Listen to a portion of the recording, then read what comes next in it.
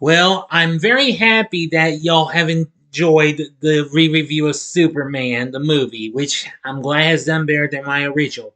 But what about its sequel? The three outlaws from Krypton descend to Earth to confront the Man of Steel in a cosmic battle for world supremacy as the adventure continues. Prepare yourselves for a re-review of Superman 2.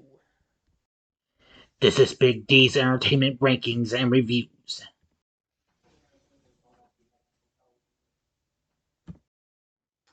So, greetings, my fellow YouTubers, and welcome to Big D's Entertainment Rankings and Reviews. My name is Doyle, better known to you as the Big D, and this time around I bring to you a re-review, of the 1980 superhero flick Superman 2, released by Warner Brothers in the US and by Columbia EMI Warner Distributors in the UK. So this was actually filmed in 1980, but we didn't get until the following year. It premiered in Australia though first, but I'm getting a little ahead of myself. The film was directed by Richard Lester and ran by Mario Puzo, along with David and Leslie Newman, from a story by Puzo, based on the DC Comics character of Superman. Of course, Puzo, who of course was well known for writing The Godfather, which I forgot to point that out in my re-review of the first film. Anyway, it's the second installment of the Superman series, with Christopher Reeve back as the titular character, along with Gene Hackman, Terrence Stamp, Ned Beatty, Sarah Douglas, Margot Kidder, Marc McClure, Jackie Cooper, and Jack O'Halloran. Anyway, this film didn't quite come close to making as big as its predecessor, but still pretty good. Yes. Now,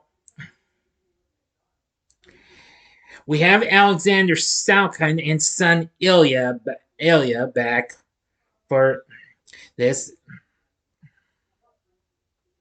as well as producers. Well, tensions rose between Richard Donner, director of the original, and the producers, in which a decision was made to stop filming the sequel.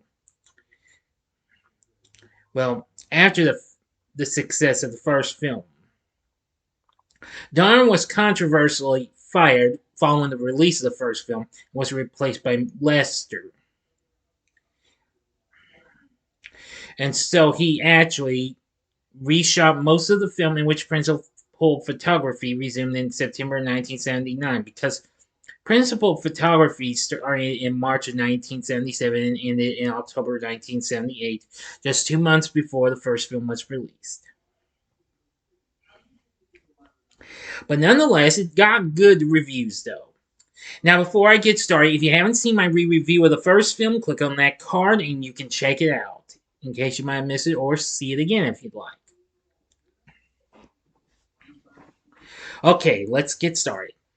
Before the destruction of Krypton in the first film, the criminals General Zod, Ursa, and Nan are sentenced to banishment into the Phantom Zone. Years later, Phantom Zone is shattered near Earth by the shockwave of a hydrogen bomb thrown from Earth by Superman.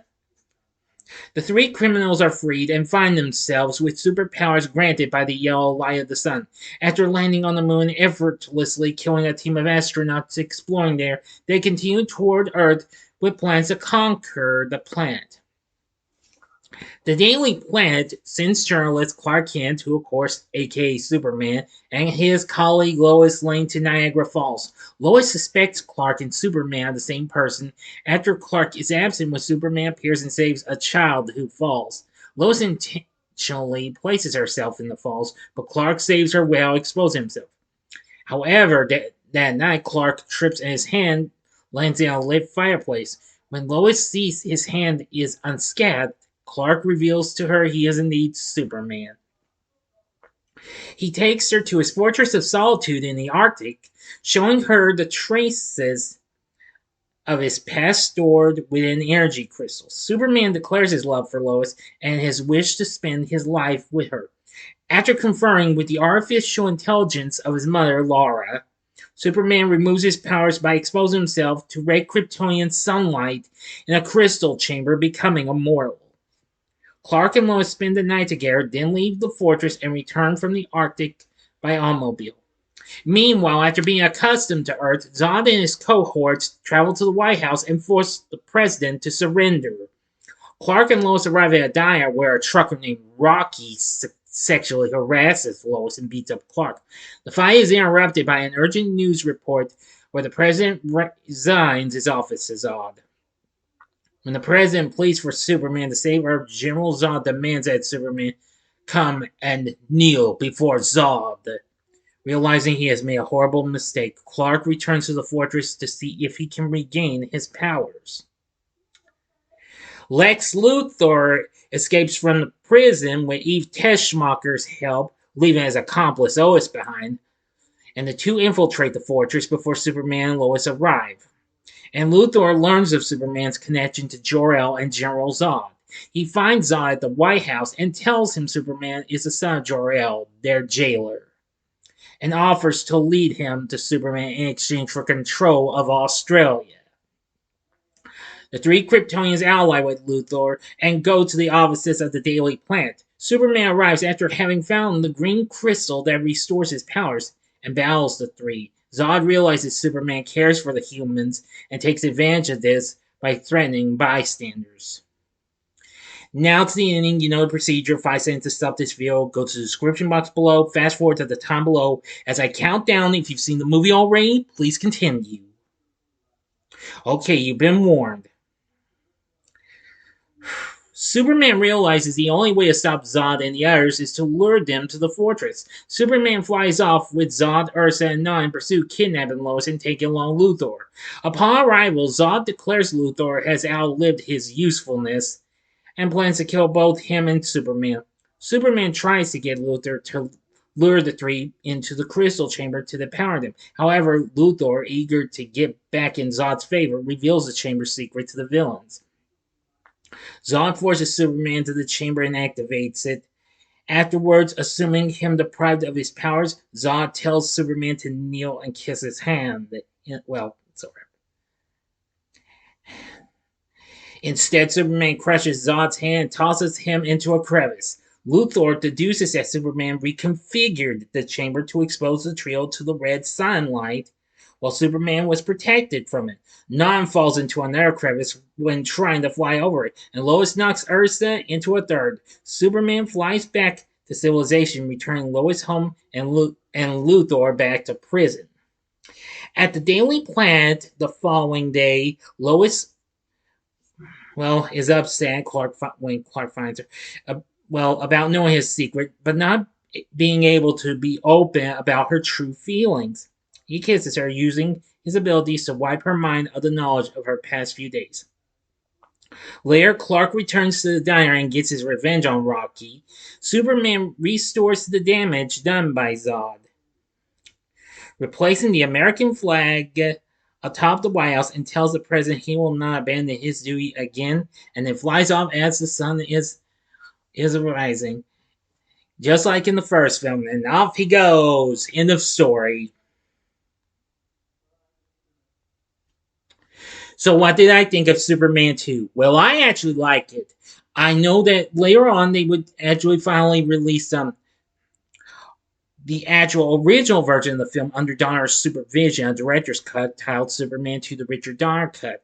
It was released in 2006 on various home media formats, but unfortunately I've only seen it one time.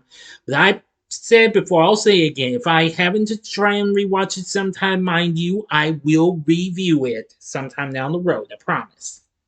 I don't know when, but I will. I really enjoyed it for what it had to offer and what have you. As with the first film, the Salkinds prepared a version for worldwide television that reinserted unused footage, in this case 24 minutes into it. It was through this extended version that viewers first caught a glimpse into the Superman 2 that might have happened had Donner remained as director. In fact, the majority of the ad footage was shot by Donner before Lester became the director. When ABC premiered in 1984, 17 of the 24 ad minutes were utilized into it. Subsequent airings of the longer version would be cut further for more advertising time. The full 146-minute extended cut was shown internationally, including parts in Canada. And let me tell you, what have you, there's several of them and what have you. In 2004, there was a fan restored DVD known as Superman 2 Restored International Cut. It was released through many Superman fan sites. It featured extended scenes pulled from international television broadcasts over the years, and Warner Bros. Threatened legal action over the bootleg release. I truly didn't know that came out. But anyway, again, as I've said before, we got the Richard Donner cut. Now, during the production of the comeback film, 2006's Superman Returns, Warner Bros. Acquired the rights from Marlon Brando's estate to use the late actor's footage from Superman in that film. Shortly after, Ilya Salkind confirmed that Donner was involved in the project to recut Superman 2 using Brando's unused footage. And so they managed to get it on there for the Richard Donner cut. Again, as I've said before, I am going to try to review this and what have you. Now then, unfortunately, they didn't have John Williams return, but he was for the score because he was busy working on another big hit in 1980. That, of course, was the second Star Wars film, The Empire Strikes Back. And they brought Ken Thorne into doing the score.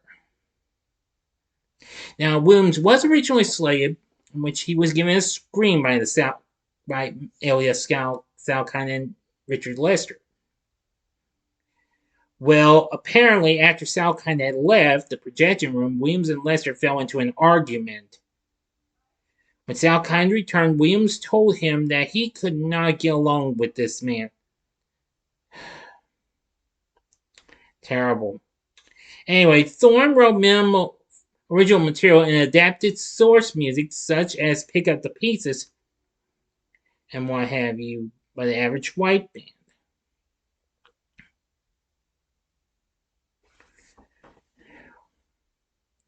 So anyway, yeah. But still, some of the music was pretty good. Now, as for our cast, we have Gene Hackman back as Lex Luthor and Christopher Reeve as Clark Kent and Superman. They're both good as before and what have you. I really enjoyed it. Now, of course, in alphabetical order, we have Ned Beatty as Otis, Jackie Cooper as Perry White, Sarah Douglas as Ursa, Margot Kidder as Lois Lane, still good like before, Jack O'Halloran as Non, Valerie Prine as Miss Teschmacher, and Susanna York as Laura. We have Clifton James as a sheriff and E.G. Marshall as the president. Plus Marc McClure back as Jimmy Olsen and Terrence Stamp as General Zod. Very good and what have you. I really enjoyed how we got the great performances and what have you. Now, like the first one, it has its few moments and what have you, especially with some of the lines. Especially when the villains get a look at two of them looking at seeing what Superman's been doing, especially when he's about to cage Non up. And Zod's like, this Superman is nothing of the kind. I've discovered his weakness. He cares. He actually cares for these Earth people. And Earth is like saying, like pets. Zod's like, I suppose so. Yeah. So, anyway. Yeah, and I especially like them the last bit and what have you. Boy, Rocky saying, talking about eating garbage and well, or something like that. And Clark's like, that's funny. I've never seen garbage eat garbage before. So he gives it to him and puts him on a tray and sends him flying up and crashing in a pinball machine. Yeah, like, I'm terribly sorry for the damage. I've been working out. And the last line, once Superman brings the flag back, Good afternoon, Mr. President. Sorry I've been away for so long. I won't let you down again. Yep, it has some pretty good moments in one but there's lots of others. But I just cite some of my favorites. Even so, I really did enjoy Superman 2 for what it had to offer. The cast is good, and so is the music, despite it has a different composer and what have you, etc., etc., etc. But now I just got way ahead of myself. Let's get into the other reviews. Currently, the film sits at certified fresh at 83% on Rotten Tomatoes, saying the humor occasionally stumbles into slapstick territory and the special effects are dated, but the film meets, if not exceeds, the standards set by its predecessor. I completely understand. The Chicago Sun-Times praised the film, saying that this movie's most intriguing insight is that Superman's disguises as Clark Kent isn't a matter of looks as much as a male attitude. Clark is disguised not by his glasses, but by his ordinariness. Beneath his meek exterior, of course, is concealed a superhero, and the movie subtly hints, isn't that the case with us all? The Chicago Tribune said it's better than the original, and the LA Times says it's the most interesting Superman yet. And that this film's fun comes from character, dialogue, and performance, not effects. There are, of course, enough effects to fill a dozen Saturday matinee serials, but they aren't necessarily the film's deliciousness. The New York Times wrote, the film is a marvelous toy. It's funny, it's full of tricks, and it manages to be royally entertaining, which is really all it aims for. Jan Maslin, who was a reviewer for the New York Times, praised the performance of Reeve and Hackman, found the directing style between both Donner and Lester to be indistinguishable.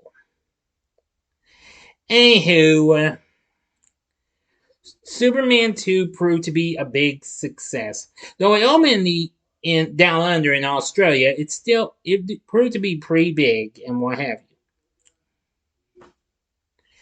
Then it finally came to the US the following year, so I'm still credited as a 1980 film. Now it was released in December of 1980 in Australia, and then on April 1981 in the UK and June 1981 in the US. So overall, Superman 2, it's not too bad. I mean, I'm sure y'all like the Richard Donner cut, and that's understandable. I mean, though I've only seen it one time, but I still think it's a pretty good film as well.